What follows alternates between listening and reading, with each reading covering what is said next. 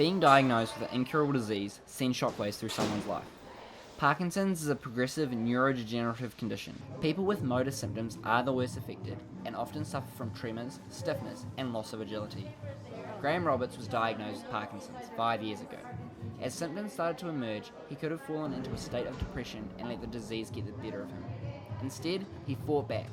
His willingness to learn how to help other sufferers led to him becoming a board member for Parkinsons New Zealand, and along with that, he started boxing. Boxing and Parkinson's don't sound like they go together, but every Monday and Friday, Graeme, along with a group of other sufferers, spend their time punching their way to a healthier and, more importantly, happier life. The greatest benefit has been an improvement just in muscle toning. That is the best. The other thing is we're in a group session, and I like group physical phys ed sessions. You're motivated, you pushed and worked harder, and that's certainly the case in our class. Lisa pushes us to the limit most weeks, so that's good, beneficial. So I enjoy that part of it. It's a bit of social connection with other people with Parkinson's. What was your motivation to start coming to these classes? Just a greater opportunity for more exercise, more fitness, and that underlies everyone with Parkinson's will derive some benefit, depending on their symptoms, from physical activity. So the more you can do, the more benefit you're going to get. So you're one of the first people to attend these classes, so you've been able to witness the growth. Would you be able to explain that in a bit of detail? Well, it's been almost phenomenal. They seem to come out of the woodwork. New people every week. So I think it's just word of mouth has spread. People see it as another opportunity for social connection with people with a similar condition as they've got. And I think that's just it's been the draw card, pull it together. Can you describe how your body feels before a class? Usually your muscles are still a little bit stiff. When I get up in the morning, my muscles in the joints particularly are stiff. I've got to walk around for a few minutes, ease up. So during the morning you get a bit more flexibility in your muscles, and that's good. Then when you get into the gym in the afternoon, the tightness that's left in your muscles seems to recede. For me, my muscles are quite relaxed now, and particularly my arms, despite the fact it's high impact and the muscles are in tension. When you relax them, it feels good. The response from this group is overwhelmingly positive. Do you see the same people coming back week after week, and do they seem to have the same benefits as you do?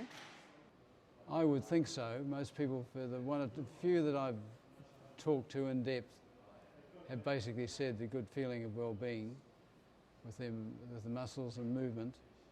I see it as beneficial in 3 areas: in movement, coordination, because that's another thing. Left and right hand coordination is a problem.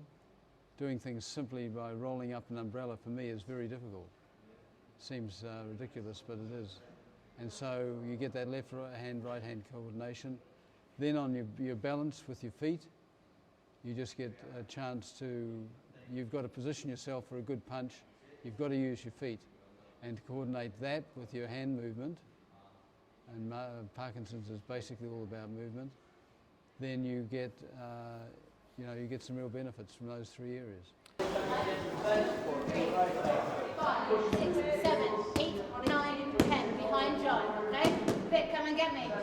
So we're combining boxing-based training, so any punching and moving around combinations that you'd see with boxing, with walking, and with movement that focuses on opposite arm and leg, as well as bigger than the expected movement pattern, because in Parkinson's our movement often gets smaller. We're also putting in balance, flexibility, and posture work, and combining it with some general strength training as well.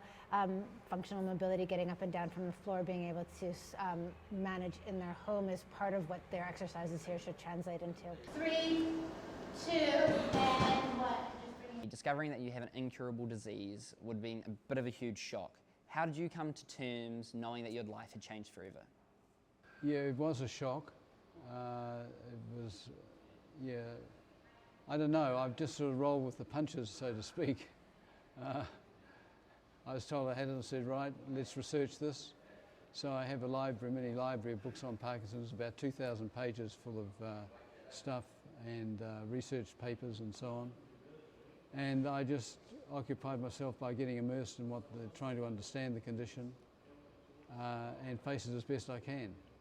Depression is often part and parcel with Parkinson's. Did you ever feel that you were starting to drift into a state like this? Not so far, and I'm very sensitive towards that. And one of the keys to not going down that depression path, I think, is keeping yourself occupied.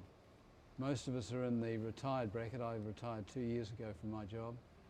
And if you're twiddling your thumbs, then your mind's going to wander and you're going to get negative and it'll get depressive. So you've got to pull yourself up from that. You've got to keep yourself active and have every day, a minute of the day accounted for. Even if it's just rest periods or reading periods, it's still something you're doing. It's when people are doing nothing that they tend to become antisocial and the depression can set in very easily. Parkinson's New Zealand is a huge family with people all around the country helping each other out. Do you feel that there's enough education out there for those who have Parkinson's? Yes, I think it's adequate. If any person with Parkinson's who contacted the Society, we can fulfil their needs in terms of knowledge and information that they'd need quite readily, quite easily. Given your experience from this boxing class, do you think that this should be incorporated to lots of different places around New Zealand to help those with Parkinson's? Definitely. There's no reason why they can't derive the same benefits as us. It's just getting the person who understands Parkinson's, can work with Parkinson's people in an exercise environment, and if you get the right people, then fine. But it's not something that you can just sort of pick up and get a group together and put it together yourselves, I don't think. It needs a bit more experience and expertise than that. Awareness is key in discovering the best way to combat diseases such as Parkinson's. What do you feel needs to be done to make those people aware of what's out there and the help that they can get? Well, we have an awareness week in November, and we do reach out to the community with various events. And I think there's